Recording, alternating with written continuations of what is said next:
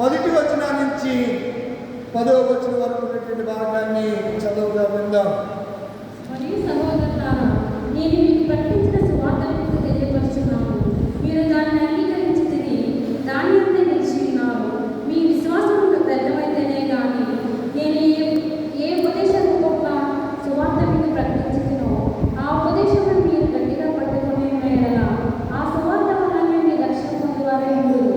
నాకు ఇయ్యబడిన ఉపదేశం మొదట మీకు అప్పగించింది. అదేమనగా లేఖనుల ప్రకారం క్రీస్తు మా పాపముల నిమిత్తం మృతి పొందండి, సమాధి చేయబడెను, లేఖనుల ప్రకారం మూడవ దినం లేపబడెను, ఆయన కేవలం తరువాత 12 మందికి కనపడేది. అటు పిమ్మట 500కి ఎక్కువైన సహోదరులకు ఒక్క సమయం ముందే కనబడేది. వీరిలో అనేకులు ఇప్పటి వరకు నిలిచి ఉన్నారు, కొందరు నిద్రించింది.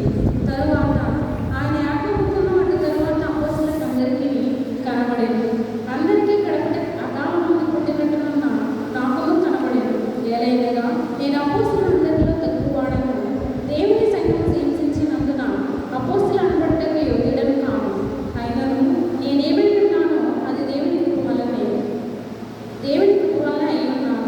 మరియు నాకు అనుగ్రహింపబడిన ఆయన కృప నిష్ఫలం కాలేదు. కానీ వారందరికంటే నేను ఎక్కువగా ప్రయాసపడినది నేను కాను, నాకు తోడై ఉన్న దేవుని కృపే. ఈ వాక్యం నెరవేరింది. ఇంతటితో నేడు దినం కొరకు ఏర్పాటు చేయబడిన పరిశుద్ధ లేఖన భాగము శ్రీమతి. హల్లెలూయా.